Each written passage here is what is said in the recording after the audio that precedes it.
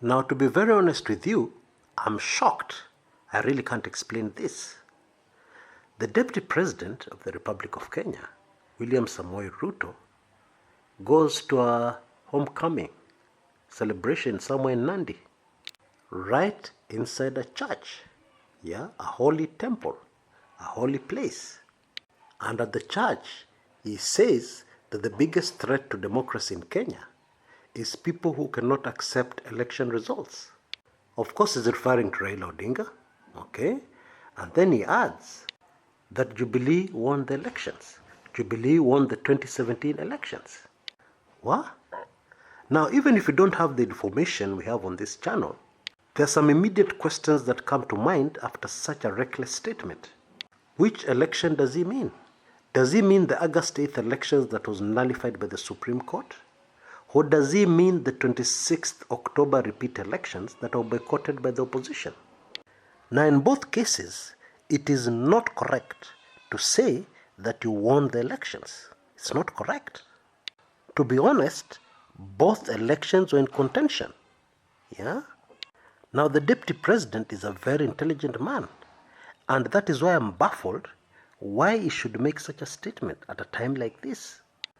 No, if you have a land dispute with somebody, okay, you say the land belongs to you, but actually people are saying that you grabbed the land from somebody else. When somewhere you get a semblance of peace, people are not coming out with pangas, and people are just quiet, you do not come out and issue a statement and say the land belongs to you. Unachokoza nyuki. You're provoking the bees. You just don't do that. Wisdom demands that you talk about something else. You leave alone that issue. That is a no-go area. But what does DP Ruto do? He rushes headlong into that topic. Now, it's very interesting because when he says this person never accepts election results, he thinks that people have forgotten. Just the other day, barely 10 years ago, he was on the same side as this person is trying to blame. And the election was stolen from them, from Raila and himself, and he disputed those election results. So what is the Deputy President trying to tell us? That he accepts all election results himself, including 2007, and other people do not accept? Gosh. Now we shall try and make some sense out of this thing which does not make sense. And we'll also analyze why DP Ruto chose to attack Raila at this time, because it's a very good political reason. Although his form of attack, that was a big blunder. We shall analyze all that immediately after the short upcoming break. Don't go away.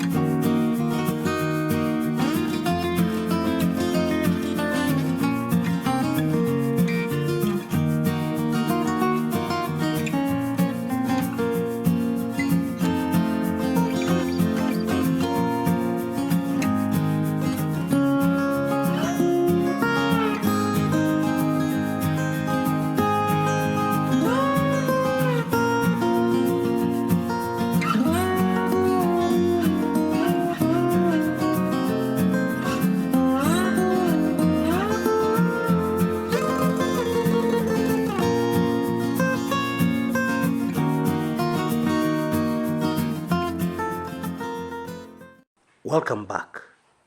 Now, in raising the issue of the just concluded elections, the Deputy President is making himself very, very vulnerable. What do I mean? What I mean is simply this.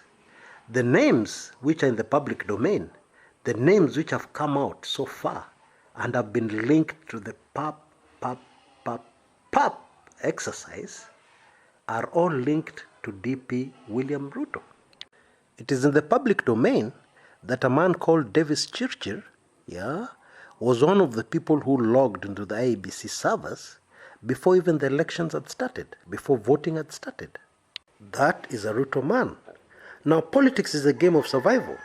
And DP Ruto knows very well the people he's fighting, the people who are standing in his way, for being the sole Jubilee nominee for the presidency in 2022, are within his own Jubilee party, in the formerly TNA wing of Jubilee party. Now, these people could decide, when things get thick, they could decide to say that they had nothing to do with election fiddling, and they could point all fingers at DP William Ruto. After all, the only name we have, the only name in the public domain that can be linked to that fraud against the Kenyan people is in his camp. Now already, that is one very compelling reason why the last thing DP Ruto should talk about are the last elections. That is the very last thing on this earth he should talk about. Now, I'm just completely and utterly baffled. Because as I keep on saying, I have a lot of respect for DP Ruto's intelligence. He's a very intelligent man. So how come he cannot see things which are so obvious, which are right in front of his face? People are circling you, they want to finish you politically, and you're helping them by giving them ideas. Another example, the Jubilee government will be remembered for mega corruption,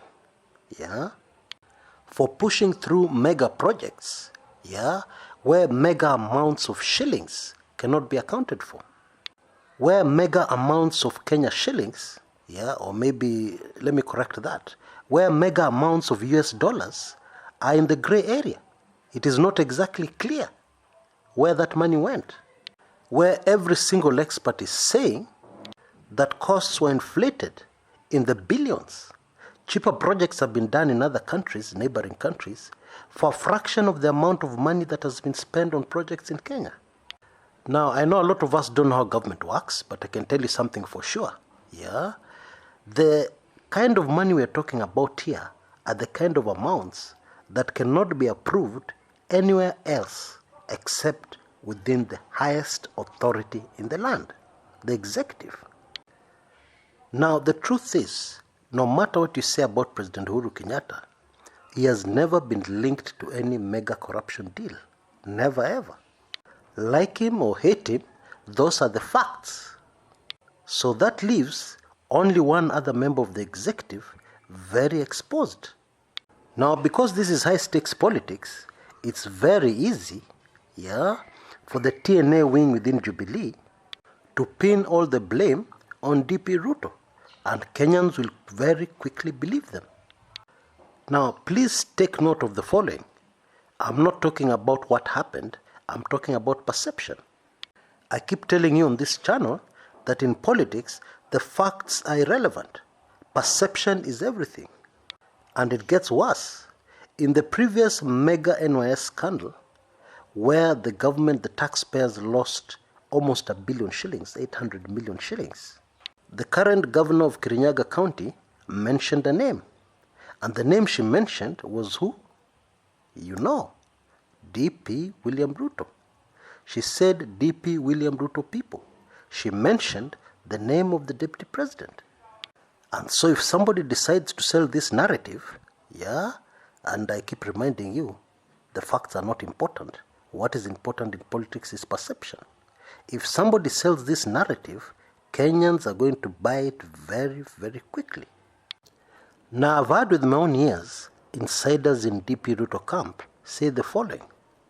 They have said that in Kenya, every politician is corrupt. And the fact that DP Ruto is seen more corrupt than others is because of a very deliberate effort to paint him as being the most corrupt. Now, if we're going to be fair to the deputy president, and we need to be fair, that is a fact. There's been a deliberate effort for a long time now to paint him as being more corrupt than others. But then back to the point I keep repeating, it is all a matter of perception. And in politics, perception rules. Now let's finish this recording by trying to answer the question, why this attack on Raila Odinga? The deputy president, even in his panic, which has caused him to make statements which he does not think through, even in that kind of scenario, he must know who his real enemies are. He must know who the people trying to block his march to the presidency are. Yeah? And those people are nowhere near Raila Odinga. Those people are not Raila Odinga. So why attack Raila Odinga? Now, maybe we could find a clue in the fact that there are a lot of ODM supporters within the vast Rift Valley region. And politically speaking, this is the deputy president and his camp trying to flex their muscles. The whole idea seems to be to create a situation where ODM supporters within the Rift Valley start finding it very difficult to operate within the Rift Valley. They start to feel insecure within the Rift Valley. And then this will be used as a warning shot to the real enemies of the DP Ruto camp, so that they can see what is happening to ODM followers and they can fear and possibly change their minds so that they can be scared enough, to give DP William Ruto a through pass to the Jubilee nomination for president, so that they can be scared enough to halt their plans, to halt their anti-DP Ruto plans. That is the whole idea, and that is his strategy. However, in his strategy, and I'm not going to analyze whether his strategy will work or not, I leave that to you to decide. But the point here is that the strategy was very poorly executed, because in attacking Raila Odinga, he has attracted national attention to his shortfalls. He has attracted national attention to all the things that disqualify him from being a presidential candidate. Until next time, this is Chris Kumekucha.